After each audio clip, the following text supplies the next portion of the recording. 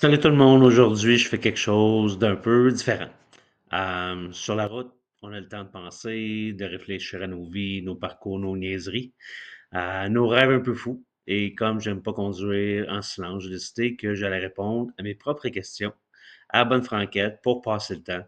Et j'espère vous divertir un peu. Donc, pas d'invité, pas de studio, pas de micro fancy, juste moi dans ma van et vous autres.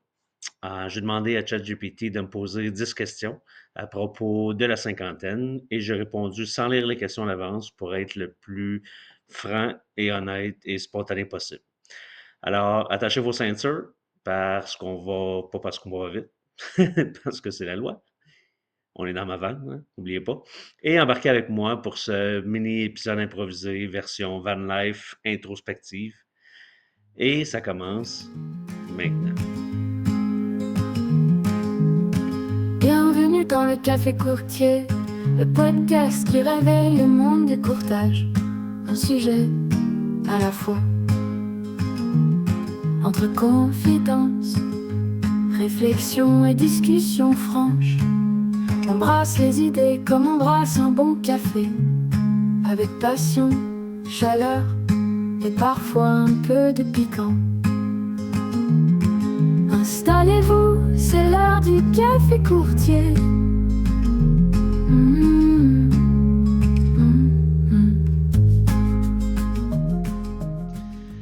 Salut tout le monde, écoutez, je suis en direction de Moncton. J'en ai pour encore 1h10, alors je me suis dit pourquoi pas faire un premier podcast vraiment individuel. Avant de partir, parce qu'évidemment je ferais pas ça en conduisant, avant de partir après avoir gazé, j'ai demandé à ChatGPT, que j'utilise évidemment souvent pour préparer mes podcasts. J'ai demandé à ChatGPT de me préparer 10 questions par rapport à la cinquantaine. Donc, un genre de retour en arrière, un genre d'introspective que je vais faire. En tout cas, j'imagine que ça va ressembler à ça. Par rapport au fait que je viens d'avoir 50 ans, puis qu'est-ce que ça fait d'avoir 50 ans, puis qu'est-ce qui s'est passé dans ma vie.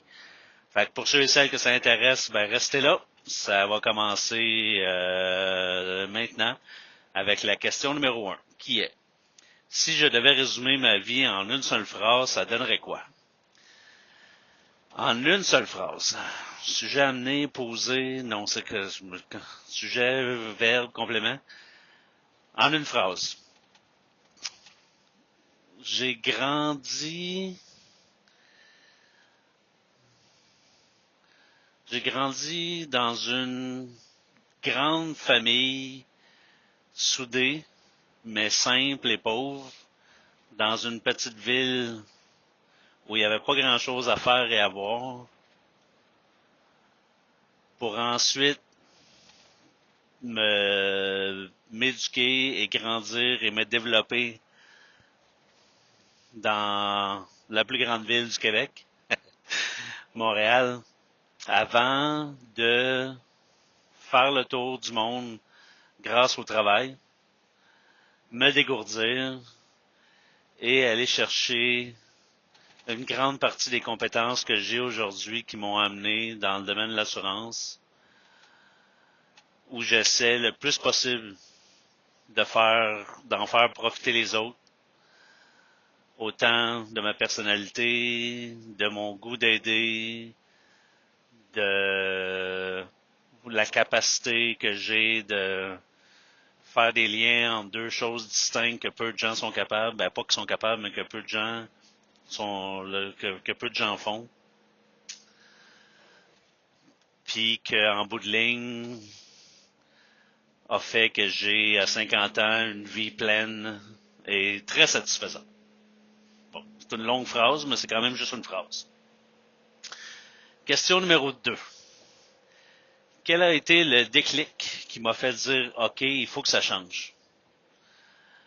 Bon, j'imagine que ça a rapport au fait que la plupart des gens ont une crise de la quarantaine ou une crise de la cinquantaine. Probablement que dans mon cas, le déclic s'est fait là au milieu de la trentaine, quand après une ou deux mauvaises expériences, j'ai fait un burn-out. évidemment, j'ai gardé cette personnalité-là, puis cette philosophie-là que dans la vie, moi, j'aime ça aider. Fait que c'est sûr que je continue de le faire. Mais je pense que suite à mes 2 mauvaises expériences puis mon burn-out, j'ai réalisé qu'il fallait que je me choisisse avant les autres, un peu comme le principe de l'avion, là, où est-ce qu'il faut que tu mettes ton masque avant d'aider les autres, parce que si tu perds connaissance, ça sert à rien, tu pourras pas aider les autres. Je pense que ça a été ça. Ça a été le moment où j'ai eu le déclic de me dire, tu peux continuer d'aider les autres, tu peux continuer d'être sociable, tu peux continuer d'être un pasteur de bonnes nouvelles et de bon sens et de belle volonté, mais occupe-toi de toi en premier, puis quand ça va pas, ben occupe-toi de toi, parce qu'après ça, tu pourras pas t'occuper des autres. Fait que je dirais que c'est un peu ça qui a été mon déclic. Évidemment, j'en parle souvent dans mes podcasts, j'en parle souvent à tous les gens que je rencontre. J'ai pas de gêne à dire que j'ai fait un burn-out. Justement, si ça peut aider d'autres personnes à y penser puis à le sentir venir avant que ça arrive, parce qu'une fois que ça arrive, il est un peu trop tard. Fait que ça peut aider les gens à le sentir, à en parler. Des fois, juste en parler, ça peut aider. Fait que je pense que ça a été ça mon déclic. Question numéro 3. Crise ou éveil? Point d'exclamation, point d'interrogation. Comment tu vois la cinquantaine? Ben, je pense que ma crise puis mon éveil, je l'ai eu à 35 ans, comme je disais. Tu sais, là, je viens de changer de job, j'ai quitté PFS pour aller chez Hub, mais je vois pas ça comme une crise ou un éveil, là. C'était un challenge qui s'est terminé après 11 ans, puis j'avais le goût d'un autre challenge, mais c'est rien de nouveau. Je considère pas ça une crise ou un éveil.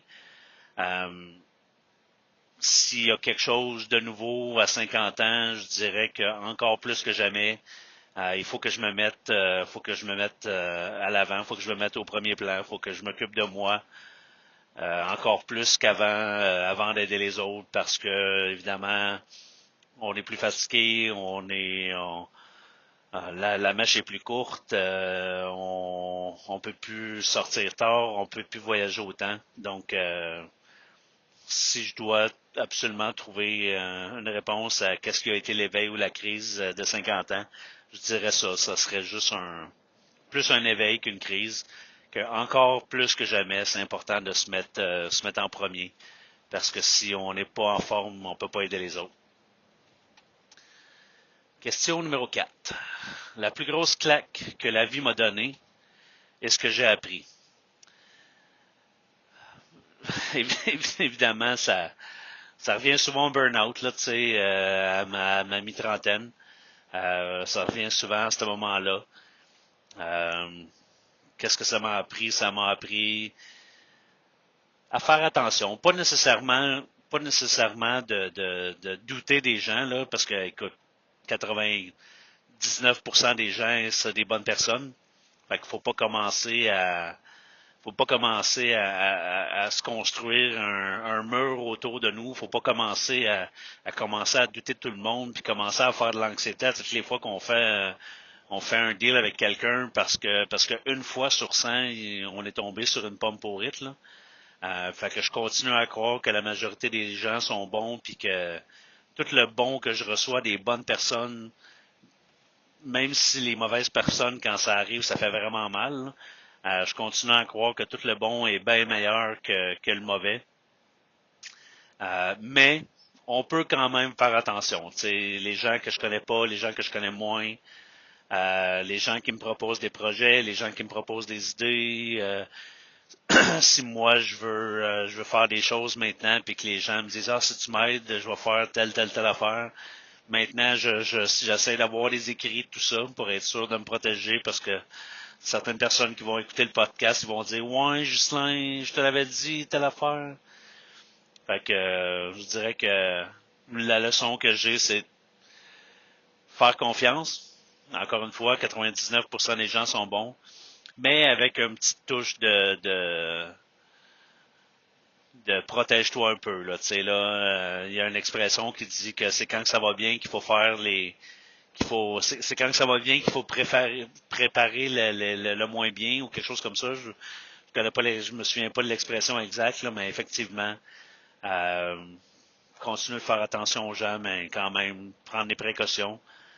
Surtout si ça a rapport avec justement l'argent, la vie, le travail, les choses entre guillemets qui pourraient faire des setbacks. Là. Donc, continuer de faire attention, continuer de faire confiance parce que ça, c'est mon trait de personnalité, puis je veux jamais perdre ça.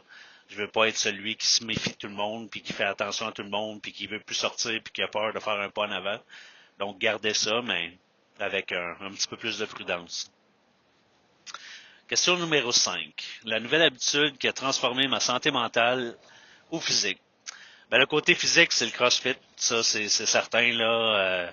Justement, en revenant de mon burn-out, j'étais pas super en forme. Puis pour faire exprès, le petit peu d'exercice que j'ai fait après mon burn-out, à un moment donné, je jouais au frisbee, au Ultimate Frisbee, puis je me suis déchiré le ménisque. Fait que là, ça a comme rajouté une couche.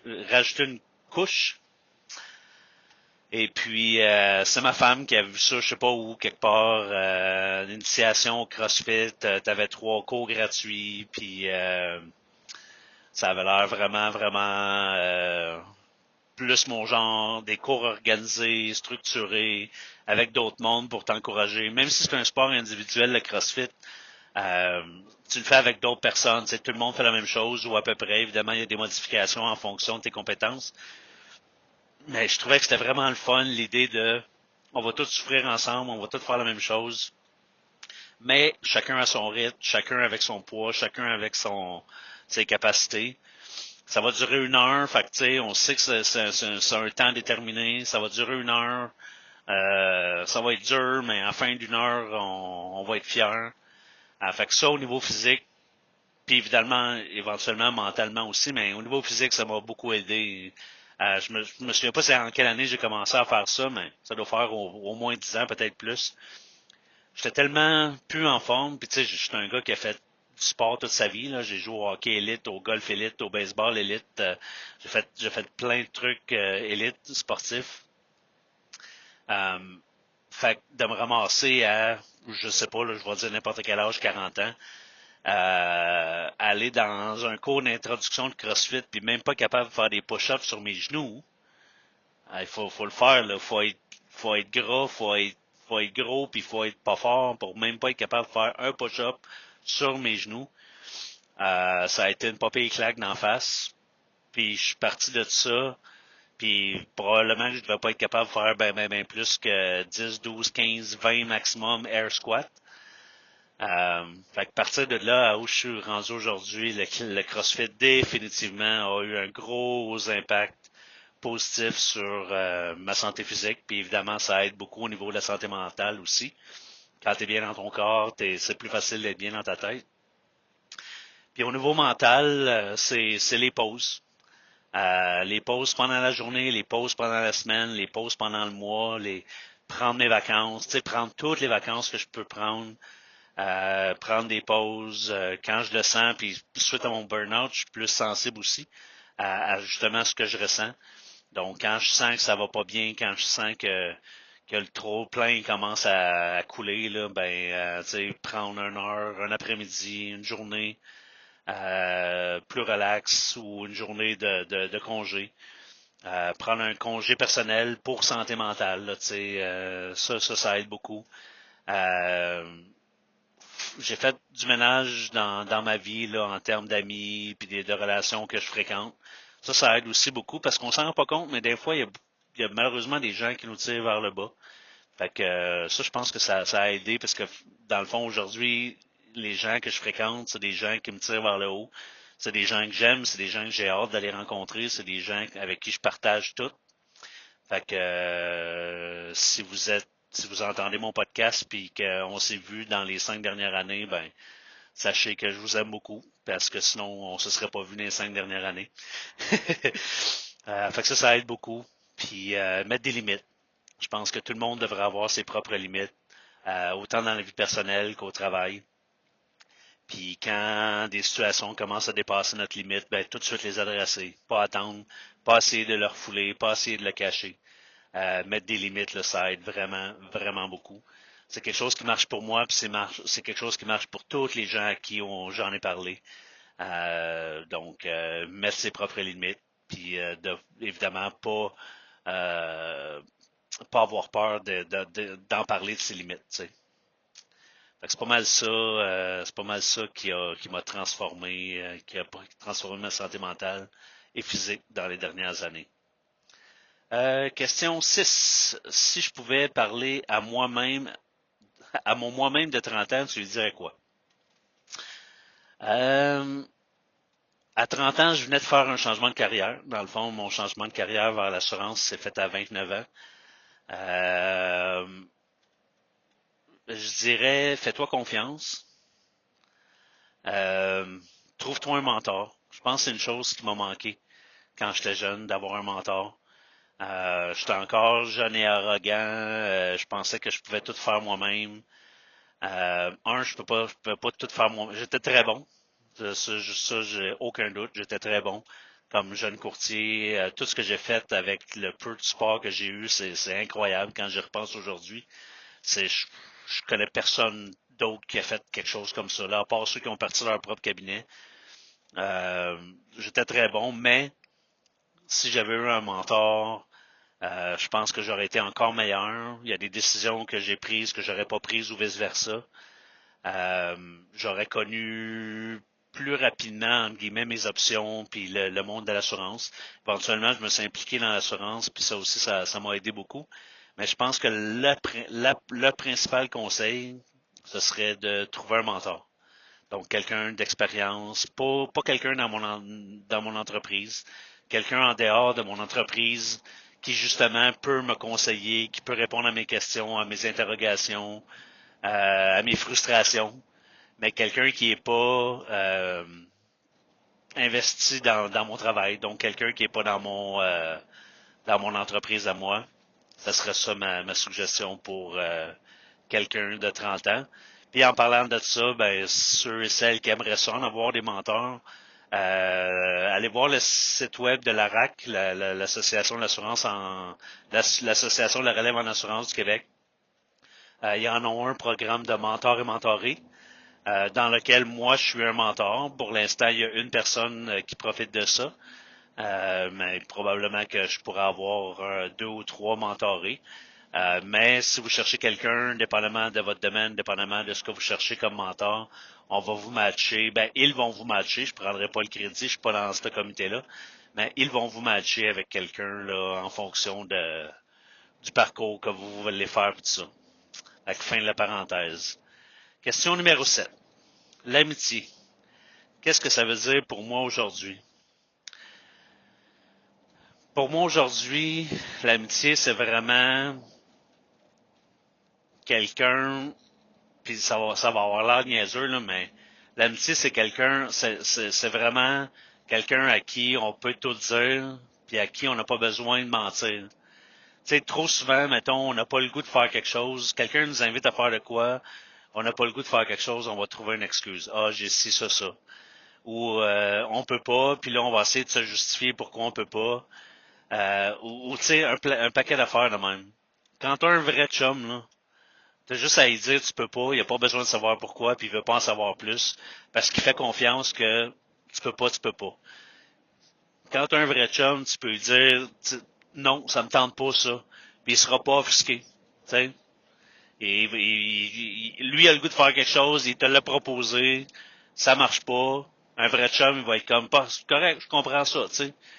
Donc, pour moi, l'amitié, c'est ça. C'est du monde à qui on n'a pas besoin de mentir, du monde à qui on n'a pas besoin de trouver de fausses excuses. Quelqu'un qui va prendre 5 minutes pour te parler si tu l'appelles puis que tu lui demandes, as-tu 5 minutes, il va le prendre les 5 minutes. Euh, Fait que c'est ça l'amitié. L'amitié pour moi, on dirait que c'est ça. Ça devient moins artificiel avec le temps. Tu sais, au début, on dit qu'on a 50 amis, mais on n'a pas vraiment 50. Tu sais, des vrais amis, on n'a pas une tonne. Des vrais amis à qui on n'a pas besoin de mentir. Des vrais amis à qui on se sent confortable de dire non, ça me tente pas. On n'en a pas des tonnes. Fait que c'est ça pour moi l'amitié. Question numéro 8. Mon plus grand fou rire ou moment absurde de la dernière année. Shit, j'aurais aimé ça avoir eu le temps de penser à celle-là. Le moment de fou rire. Quand est-ce que j'ai ri le plus? C'est sûr que je suis chanceux avec ma femme, j'en ai plein des moments de fou rire. Euh, tu sais, je suis un clown, fait que c'est sûr que des fois, on a des moments où est-ce que, on a des, souvent des moments où est-ce qu'on a des fous rires. Là, je ris, j'ai pas de moment en particulier, c'est juste que là, ça me fait rire de penser à ça. Parce que je suis vraiment un clown dans la vie, là, fait que avec ma femme, c'est ça, je suis vraiment chanceux, je l'aime beaucoup, puis c'est ma meilleure amie, puis j'en ai plein des fous rires avec elle, mais j'arrive pas à penser à un moment où est-ce que c'est arrivé. Euh, mais tu sais, toutes les deux, on rit facilement, fait que ça aussi, c'est le fun. Surtout ma femme, elle est bon public, là. N'importe quelle joke plate, elle va se mettre à rire puis elle va quasiment pisser dans ses culottes. Fait que des fois, juste la voir puis de l'entendre rire, elle, ça me fait rire. Mais j'ai pas de moment précis. D'ici à la 10e question, si jamais je pense à un moment, je vais y revenir, là. Mais là, j'ai pas de moment précis auquel j'ai eu un fou rire, mais pour vrai, j'en ai souvent. Euh, Parce que justement, tu sais, je me prends pas au sérieux, je prends pas la vie au sérieux. Mes chums sont pareils comme moi. Fait que on en a souvent des moments où on a des fous rires, incluant des moments où est-ce que je me foule la cheville puis que là ma blonde elle se met à rire parce qu'elle me voit tomber à terre. Là, elle va dire qu'elle fait attention là, puis elle attend de voir si je suis blessé avant de rire là, mais avant c'était tellement son genre de me voir me péter à la gueule puis se mettre à rire. Euh, mais il y en a pas de moment particulier qui me vient en tête parce que j'en ai beaucoup. Fait que je vais passer à la prochaine question, question 9. Le projet un peu fou que je veux absolument réaliser avant 60 ans. Un peu fou. J'en ai presque réalisé un dans les dernières années. C'était d'acheter un terrain de golf. Ça fait longtemps que je me dis que j'aimerais ça, acheter un terrain de golf, construire un condo sur le clubhouse pour pouvoir habiter sur le terrain de golf.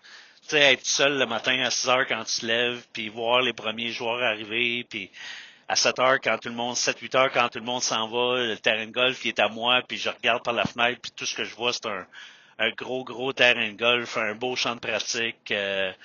Ça, c'était comme un rêve fou que j'ai failli réaliser. Là. Tu sais, j'ai fait une étude de marché, j'ai fait une offre à un moment donné à un propriétaire de terrain pour possiblement acheter son terrain. C'était en Estrie, un 9 trous.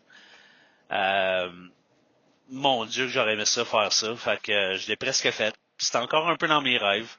Évidemment, ça serait vraiment plus fou que fou, mais c'est un peu dans mes rêves. Euh, Sinon, depuis que j'ai acheté la van ou depuis qu'on pense à faire des trucs avec la van life que j'ai, euh, ben, un de mes rêves c'était de faire la traversée du Canada, on l'a fait. Fait que là, un de mes autres rêves, on va le réaliser l'année prochaine, en théorie. C'est le projet de 50 ans de ma femme. Aller faire le tour de Terre-Neuve avec la van. Donc, on risque de partir 3 semaines à peu près. Puis aller faire le tour de Terre-Neuve. On prend notre temps, on va à la pêche, on joue au golf, on va faire du hiking. Donc, pendant 3 semaines, aller faire le tour de Terre-Neuve, là, c'est un projet qu'on a. Un autre projet qu'on a, ça serait acheter une terre quelque part, puis transformer ça en centre de van life. Dans le sens où, tu sais, j'aimerais ça acheter un terrain puis faire comme 50 espaces avec un genre je sais pas moi, un genre de container qui serait comme un condo. Vraiment minimaliste, là, mais un espèce de condo avec du rangement. Ben, condo, un genre de studio plutôt, avec du rangement, où est-ce que les gens qui voudraient vivre dans la van life, il y en a de plus en plus, pourraient venir rester là à temps partiel. Ben, en fait, ils loueraient, mettons, l'espace au complet, un peu comme un camping, là, ils loueraient ça, mais ils pourraient, fait comme ça, il y aura une adresse, ils pourraient venir là pour entreposer du stock, dépendamment des saisons. Après ça, ils pourraient partir avec leur van life, aller où ils veulent. Mais tu sais, un genre de centre communautaire, entre guillemets, où est-ce que tous les gens qui veulent vivre dans leur van life pourraient aller pour avoir un endroit où s'arrêter des fois, tu sais, parce que je fais juste une semaine ou 2 semaines ou 3 semaines dans Van Life. À un moment donné, on veut sortir, tu sais, de la van life. Tu sais, on fait juste vivre dans notre maison, puis à un moment donné, on veut sortir de notre maison, là. Fait qu'un endroit où est-ce que on pourrait tout avoir ça avec un genre de centre communautaire où est-ce qu'il pourrait avoir une piscine, un spa, une grosse cafétéria commune où est-ce que tu peux recevoir la visite, un cinéma maison, tu sais, soit un gros centre communautaire, puis un paquet d'emplacements, là, une cinquantaine d'emplacements où est-ce que les gens qui veulent vivre en van life pourraient avoir un pied à terre permanent, comme ça ils ont une adresse. Puis tu sais, souvent c'est les gens posent la question, hey, t'aimerais-tu ça vivre dans une van life? J'aime ça la van life, mais je fais beaucoup trop de sport, ça pourrait pas marcher, tu sais. Je pourrais pas traîner ma poche de hockey, mes skis de fond, mes skis alpins, mes raquettes, mon sac de golf, mon stock de pêche, mon paddleboard, mon kayak, tu sais, toutes mes affaires de sport prennent tellement de place que ça me prendrait un gros container juste pour ça. Fait que dans le fond, d'avoir un centre comme ça où est-ce que il pourrait avoir des espaces d'arrangement, puis un genre de studio avec un lit confortable, une salle de bain, l'air climatisé, chauffage, tout ça, ça serait comme un autre de mes rêves fous à faire avant 60 ans. Question 10, dernière question. Si on se parlait de 70 ans, t'aimerais pouvoir dire quoi sur ma vie? Ah non, si on se revoyait à 70 ans, qu'est-ce que j'aimerais dire de ma vie? En fait, je dirais ce que je dis présentement. Euh, j'ai vraiment vécu ma vie pleinement. Ça a pris du temps. La première fois que j'ai pris l'avion, je pense que j'étais à l'université. Encore une fois, j'ai vécu dans une belle famille, une grosse famille avec des oncles et des tantes, fait que c'était le fun. Mais j'ai quand même vécu dans une famille pauvre, dans une famille pauvre où est-ce que on sortait pas bien bien, là, puis j'ai grandi à Drummondville. Fait que c'était blanc puis c'était plate et plat. Euh, mais à partir de l'université, puis après ça, à cause de les différents jobs que j'ai eu quand j'étais ingénieur, tout ce que j'ai vécu entre les jobs, tout ce que j'ai vécu depuis que je suis en assurance, tous les beaux voyages que j'ai faits, toutes les belles aventures que j'ai vécues. Honnêtement, je pense pas que d'ici, là j'ai 50, je pense pas que d'ici 70 ans, je peux en faire plus encore. Qui dirait que j'en ai fait plus. Là. Tu sais, dans le sens où si je meurs aujourd'hui, je suis satisfait. J'ai fait vraiment plein de choses de fun. J'ai aimé plein de gens, j'ai aidé plein de gens. Je suis pas mal certain qu'il y a plein de gens qui m'aiment. Euh, j'ai inspiré des gens, puis c'est ça. Je pense qu'à 50 ans, je suis super fier de la vie que j'ai eue, puis que j'ai. Fait que je pense qu'à 70 ans, à part de dire que j'ai continué ça, parce que malheureusement, il y a trop de gens qui, à un moment donné, comme on dirait qu'ils perdent le goût de faire quoi que ce soit, puis ils restent chez eux, puis ils regardent les voitures passer. Euh, dans le fond, ce que j'aimerais à 70 ans, c'est de dire que de 50 à 70, j'ai continué les mêmes aventures, les mêmes sports, les mêmes activités, euh, le même style de vie, que j'ai gardé la même personnalité, que je suis resté la personne que je suis. Fait à 70 ans, ce que j'aimerais, c'est de dire que j'ai continué ce que j'ai commencé, mettons, en 25 ans. De 25 à 50, je l'ai continué de 50 à 70. C'est ça que j'aimerais dire. Fait que voilà, c'est tout, c'est tout. C'était les 10 questions qu'ils m'ont posées. Puis là, ChatGPT me demande s'il veut faire un intro puis un outro pour moi. Non, pas besoin. Je vais finir ça là. Commentez. Dites-moi, dites-moi, tiens, je vais choisir une des questions là, qui se fait bien, puis que vous pourriez commenter dans vos commentaires. Dites-moi, vous, deux questions, tiens, deux questions. La première, c'est si vous pouviez donner un conseil à votre vous de 30 ans, ce serait quoi?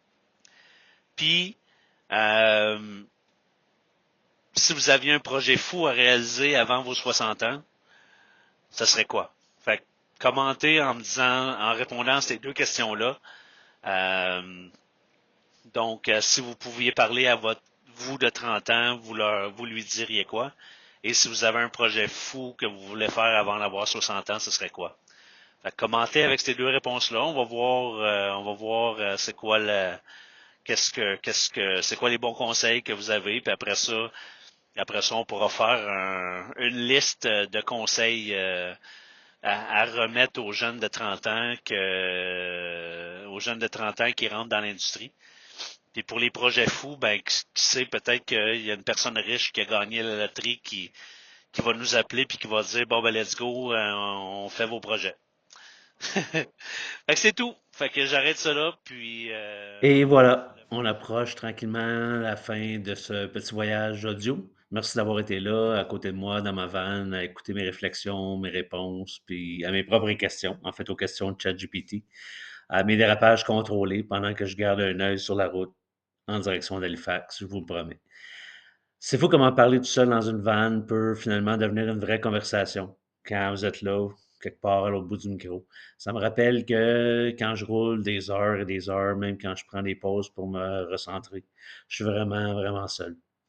Mais j'aime ça, c'est mon travail, ça me permet de penser, ça me permet de planifier, ça me permet de réfléchir et ça me permet d'apprécier. Si ça vous a fait sourire, réfléchir ou juste passer un bon moment, ben mission accomplie. On va se retrouver bientôt, anyway, avec d'autres invités, d'autres aventures et d'autres cafés. Merci d'avoir embarqué avec moi. On se reparle très bientôt. Prenez soin de vous, puis prenez des pauses, vous aussi. C'est la fin du café courtier, le podcast qui réveille le monde du courtage, un sujet à la fois.